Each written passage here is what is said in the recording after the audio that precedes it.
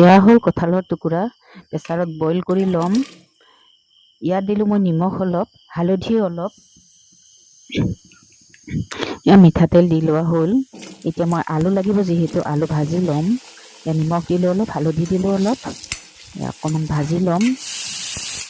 ইফালে বইল কৰি লোৱা হৈ গ'ল কঁঠালৰ টুকুৰা, আলু ভাজি হৈ গ'ল। পিঁয়াজখিনি ৰঙচুৱা হ'লে ভাজি ল'ম। তেজপাত দুখিলা দি ল'লোঁ। এয়া দিলোঁ গোটা জিৰা কেইটামান, এয়া কাটি ৰখা বিলাহী অলপ দি লৰাই ল'ম, ভালদৰে সিজিবলৈ দিম। তাৰপিছত এয়া দিলোঁ কঁঠালৰ টুকুৰা কেইটুকুৰ,